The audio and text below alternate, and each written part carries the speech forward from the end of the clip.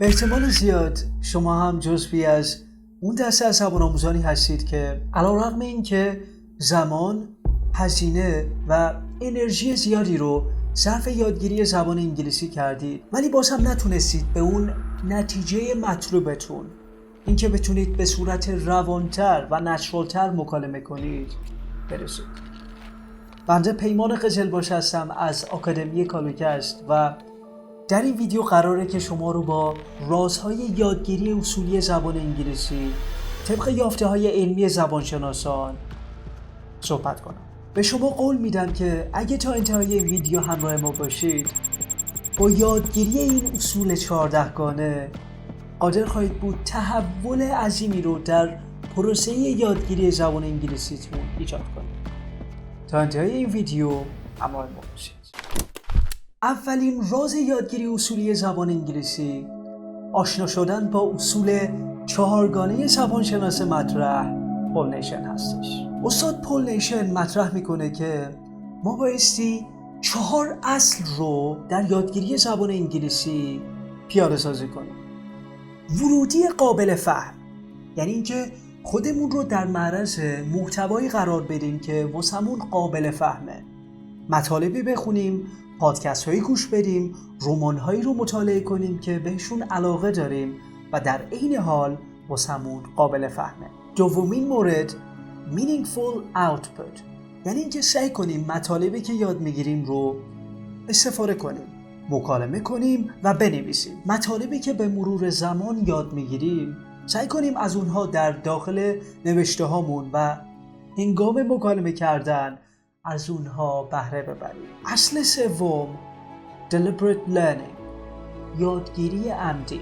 پول نیشن منظورش از یادگیری عمدی اینه که ما بایستی از کتاب‌های گرامری و کتاب‌هایی که برای آموزش لغت نوشته شده استفاده کنیم برای یادگیری زبان انگلیسی. و مورد چهارم تمرین‌ها و کارهایی رو انجام بدیم برای فلوئنسیمون، برای روان صحبت کردنمون. راز دوم در یادگیری زبان انگلیسی گوش دادن زیاد و خوندن زیاد هستش. زبان آموزان بایستی سعی کنند پادکست هایی رو که دوست دارند، سریال هایی که بهشون علاقه‌مندند، کتاب داستان هایی که بهشون علاقه‌مندند و رمان هایی که باعث میشه ذوق زده بشن، هیجان زده بشن، اونها رو بخونند و یا اونها رو به اونها گوش بدن و از اونها استفاده کنند. این مورد هدفش اینه که ما فقط برای لذت بردن بخونیم و گوش بدیم. هدف یادگیری لغات جدید یا یادگیری قواعد جدید نیستش. هدفمون اینه که ما از اون داستانی که میخونیم، از اون رمانی که میخونیم، اون پادکستی که گوش میدیم، اون سریالی که میبینیم، هدفمون فقط اینه که از اون لذت ببریم و در کنار اون به مفهوم کلی انگلیسی زبانان، به مفهوم کلی رمان، به مفهوم کلی پادکست پی ببریم. به من اجازه بدید که راز سوم رو با یک داستان ساده واسهتون بیان کنم. یکی از زبان آموزان من تسلط بسیار زیادی رو بر قواعد زبان انگلیسی داشت. زمان بسیار زیادی رو برای یادگیری قواعد زبان انگلیسی اختصاص داده بود و تمرین‌های کتاب‌ها رو انجام داده بود. عموماً تسلط کافی رو بر گرامرهای زبان انگلیسی پیدا کرد. منتها مشکلی که این زبان آموز داشت این بود که دایره لغات این زبان آموز بسیار ضعیف بود. خب نظرتون چیه؟ آیا اگه ما تسلط کافی رو بر قواعد زبان انگلیسی داشته باشیم ولی دایره لغات بسیار اندکی داشته باشیم، آیا به نظرتون میتونیم به زبان انگلیسی مکالمه کنیم؟ خب مسلماً نه.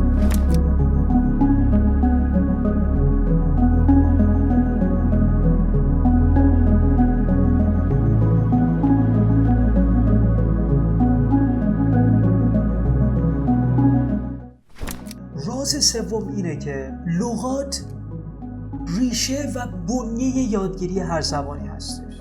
ما هر چقدر سعی کنیم که دایره لغاتمون رو افزایش بدیم، تعداد لغاتی رو که بلدیم افزایش بدیم. این باعث میشه که ما بتونیم با زبان انگلیسی ارتباط برقرار کنیم. در واقع به بیان دیگه لغات ریشه هر زبانی هستش، بنیه هر زبانی هستش و با تسلط پیدا کردن بر لغات زبان انگلیسی و با آشنا شدن با لغاتی که بسیار پرکاربرد هستند ما قادر خواهیم بود به زبان انگلیسی به صورت روانتر و نچرالتر صحبت کنیم. پس اولویت یادگیری هر زبان آشنا شدن با لغات ضروری اون هستش، آشنا شدن با لغات اون هستش و بعداً تسلط کافی پیدا کردن بر گرامرهای زبان انگلیسی. یکی از بزرگترین اشتباهاتی که زبان آموزان مرتکبش میشند اینه که اونها هنگامی که به زبان انگلیسی مکالمه میکنند به فارسی فکر میکنند. یعنی اینکه اول یک جمله رو به فارسی میسازند و بعداً همون جمله رو به زبان انگلیسی برمیگردونند. راز چهارم اینه که ما بایستی به زبان انگلیسی فکر کنیم و واسه اینکه به زبان انگلیسی فکر کنیم یکی از راهکارهاش اینه که ما خودمون رو با فرهنگ انگلیسی زبانان آشنا کنیم. پس اگه میخواید به زبان انگلیسی فکر کنید یکی از راهکارهاش اینه که ما بایستی با فرهنگ انگلیسی زبانان آشنا بشیم. انگلیسی زبانان آداب و رسوم مختلفی دارند، فرهنگ مختلفی دارند. با آشنا شدن با فرهنگ انگلیسی زبانان، آشنا شدن با طرز فکر انگلیسی زبانان، این در مکالمه ما بروز پیدا خواهد کرد و این باعث خواهد شد که ما بتونیم به مرور زمان مثل اونها فکر کنیم و بتونیم مثل اونها صحبت کنیم. پس به انگلیسی فکر کنیم. فارسی فکر کردن رو کنار بذارید.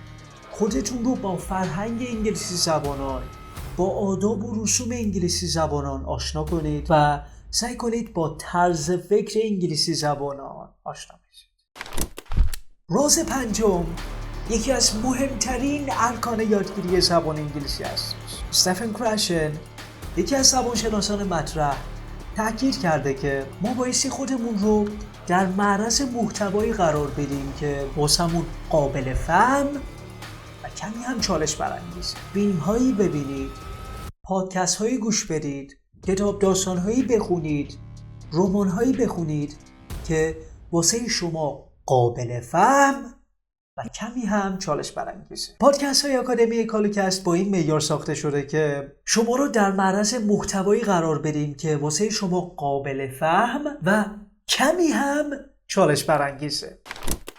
یکی دیگه از اشتباهات فاحشی که زبان آموزان انجام میدن اینه که اونها حساسیت بسیار زیادی رو در استفاده از قواعد زبان انگلیسی دارن. توجه و حساسیت بیش از حد به قواعد زبان انگلیسی سبب میشه که شما نتونید به زبان انگلیسی فکر کنید، سبب میشه که شما نتونید روانتر صحبت کنید. پس راز ششم این شد که هنگام مکالمه کردن توجه و حساسیت بسیار زیادی به استفاده صحیح از قواعد زبان انگلیسی نداشته باشید. سعی کنید نچرال به نظر برسید، طبیعی به نظر برسید و به صورت ناخودآگاه از قواعد زبان انگلیسی استفاده کنید.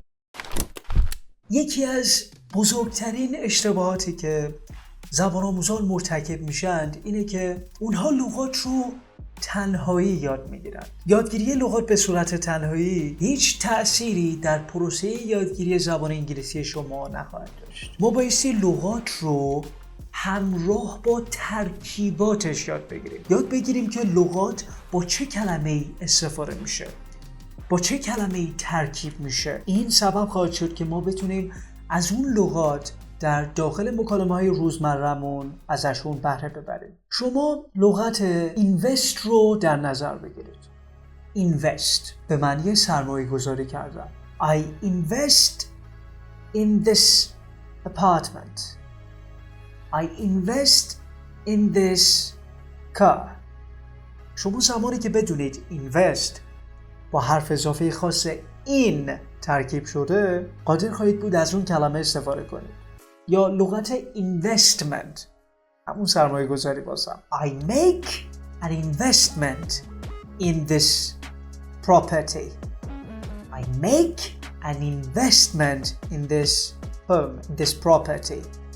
Make investment.